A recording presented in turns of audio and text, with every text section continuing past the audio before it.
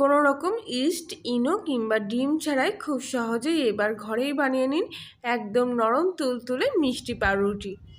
আর তার জন্য প্রথমে এখানে আমি নিয়েছি প্রথমে হাফ বাটির মতো চিনি। এর মধ্যে দিয়ে দিচ্ছি হাফ বাটি পরিমাণ জল। তবে অবশ্যই আপনারা যেরকম পরিমাণ মিষ্টি পছন্দ করবেন ঠিক সেই অনুযায়ী চিনি এখানে জলের সাথে খুব ভালোভাবে মিশিয়ে নেবেন। চিনিটা কিছুক্ষণ ভিজিয়ে রাখার পর আমি এইভাবে একটু নাড়িয়ে নিচ্ছি যাতে চিনিটা খুব ভালোভাবে জলের সাথে মিশে যায়। চিনিটা কিন্তু একেবারে মিশে গেছে জলের সাথে। এবার এই চিনিটা আমি একটা গ্লাসের মধ্যে ঢেলে নিচ্ছি।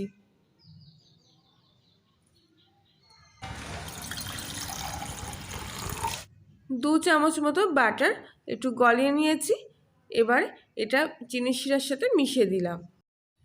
চিনির জল আর বাটারটা খুব ভালোভাবে এখানে আমি মিশিয়ে নিচ্ছি। এখানে একটা ছোট এরকম গ্লাসের মধ্যে যদি আপনি ফাটান তাহলে কিন্তু খুব ভালো হবে মিশ্রণটা, আর খুব কম সময়ের মধ্যে কিন্তু এটা খুব ভালোভাবে ফাটানো হয়ে যাবে। অল্প কিছু সময় এইভাবে ফাটানোর পর কিন্তু এখানে চিনি আর বাটারের সুন্দর একটা ঘোল তৈরি হয়ে গেছে। এবারে আমি এখানে নিয়ে নিচ্ছি 1.5 বাটি মতো ময়দা।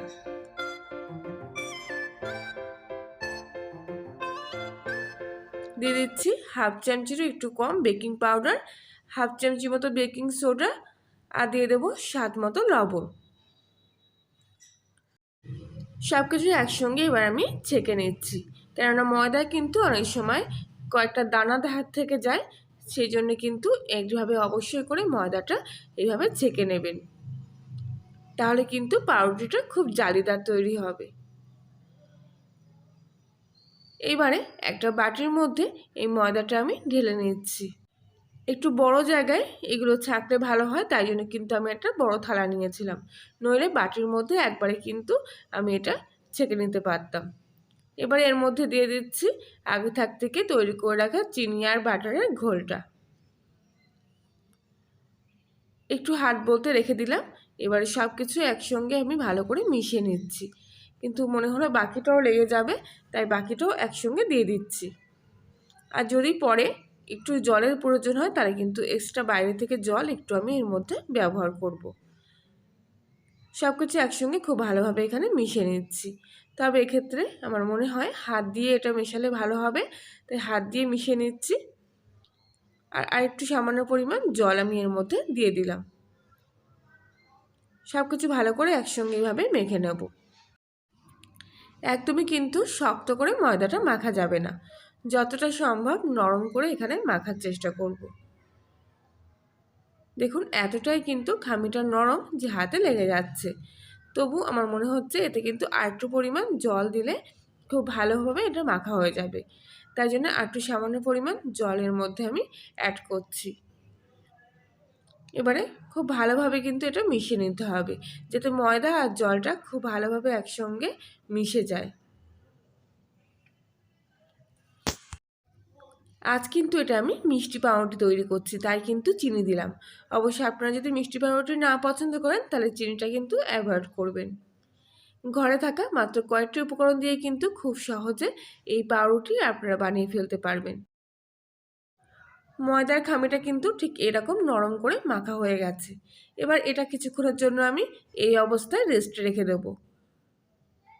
হাতটা একটু পরিষ্কার করে এসে 15 মিনিট পর আমি এর মধ্যে আর একটু সামান্য তেল দিয়ে এইভাবে উপর থেকে একটু হালকাভাবে লাগিয়ে নিয়ে পুরো সারা ময়দার গায়ে এইভাবে লাগিয়ে নিচ্ছি। আপনারা হয়তো দেখলে বুঝতে পারছেন যে কীভাবে আমি এবার ময়দাটা মাখছি। একদম হালকা হাতে কিন্তু ময়দাটা মেখে নিচ্ছি। আর একটু পরিমাণ তেল লাগবে, তাই আর একটু পরিমাণ তেল আমি এর মধ্যে দিচ্ছি। এবার বাটির চারিদিক থেকে এইভাবে আমি তেলটা লাগিয়ে নিলাম, যাতে বাটির গায়ে থেকে ময়দাটা খুব ভালোভাবে উঠে আসে। একদম কিন্তু স্মুথ একটা ময়দার এখানে খামি তৈরি হয়ে গেছে। দেখতেই পাচ্ছেন কতটা নরম আর কি সুন্দর খামিটা এখানে তৈরি হয়ে গেছে। ঠিক এর অবস্থায় কিন্তু খামিটা আমার একেবারে রেডি হয়ে গেছে। একদম হালকা হাতে কিন্তু আমি এখানে খামিটা রেডি করে নিয়েছি। ময়দার খামিটা পুরোপুরি রেডি হয়ে গেলে এবারে আমি এখানে একটা বক্সের মধ্যে একটা কাগজ তেল ব্রাশ করে নিয়েছি। ময়দার খামিটা এই বক্সের মধ্যে এবার আমি দিয়ে দিচ্ছি। ঘনত্বটা দেখলেই কিন্তু আপনারা বুঝতে পারছেন যে ঠিক কীরকম হবে। পুরো বক্সের গায়ে এইভাবে পাঠিয়ে দিচ্ছি ময়দাটা। এবারে হাতে আর একটুখানি তেল সামান্য নিয়ে খুব ভালোভাবে কিন্তু এখানে বক্সের মধ্যে ময়দার খামিটা সেট করে দেব, যাতে ওপরটা খুব ভালোভাবে সমান হয় আর চার সাইডটা সমান হয়ে যায়। উঁচু নিচু থাকলে কিন্তু পাউরুটির সেটটা খুব ভালো আসবে না, তাই চেষ্টা করবেন যেন চারধারটা খুব সমান হয়। আর আজকের রেসিপিটি যদি আপনাদের ভালো লেগে থাকে তাহলে লাইক শেয়ার কমেন্ট করবেন। আর কলিনের রান্নাঘর চ্যানেলটিতে নতুন হয়ে থাকলে সাবস্ক্রাইব করে পাশে থাকার জন্য অনুরোধ রইল। একটা চামচের উল্টো সাইড দিয়ে আমি ওপরটা কিন্তু এইভাবে মসৃণ করে নিচ্ছি। এতে পাউরুটির ওপরটা কিন্তু খুব সুন্দর একটা লুক আসবে।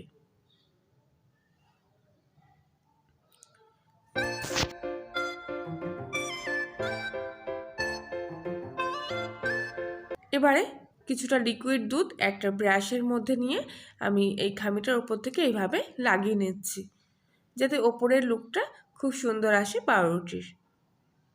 একটু ঘন দুধ এইভাবে ব্রাশ করে দেওয়ার চেষ্টা করবেন। এবার দিয়ে দিচ্ছি কয়েকটা সাদা তিল ওপর থেকে ছড়িয়ে। মিষ্টি পাউরুটিটা কিন্তু দেখতে অসাধারণ হবে এরকম একটু সাদা তিল ওপর থেকে দিয়ে দিলে। একটু ড্যাব ড্যাব করে নিচ্ছি যাতে ভেতরে কোনো হাওয়া না থাকে। আবারও একবার কিন্তু দুধের প্রলেপ দিয়ে এইভাবে ব্রাশ করে দিচ্ছি। আর তেলগুলো কিন্তু একেবারে সেট হয়ে গেছে। পাউরুটিটা কিন্তু আমার পুরোপুরি এবার রেডি হয়ে গেছে। এবার হলো বেক করার পালা।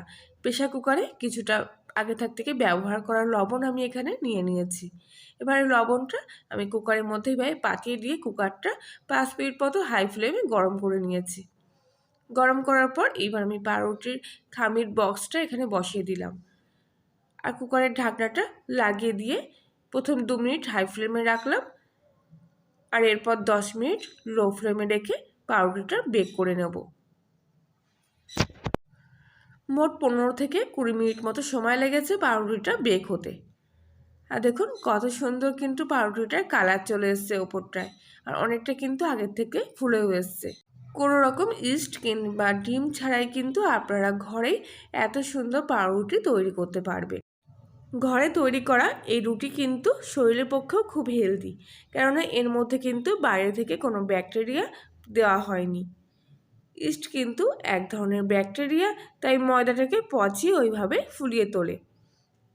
ইস্ট কিংবা ডিম ছাড়াই আপনারা কিন্তু এত সুন্দর পাউরুটি ঘরে বানিয়ে খেতে পারবেন। তাহলে বন্ধুরা আজকের রেসিপিটি এই পর্যন্তই। আবার দেখা হচ্ছে অন্য একদিন। ততক্ষণ সবাই ভালো থাকবেন, সুস্থ থাকবেন, সাবধানে থাকবেন।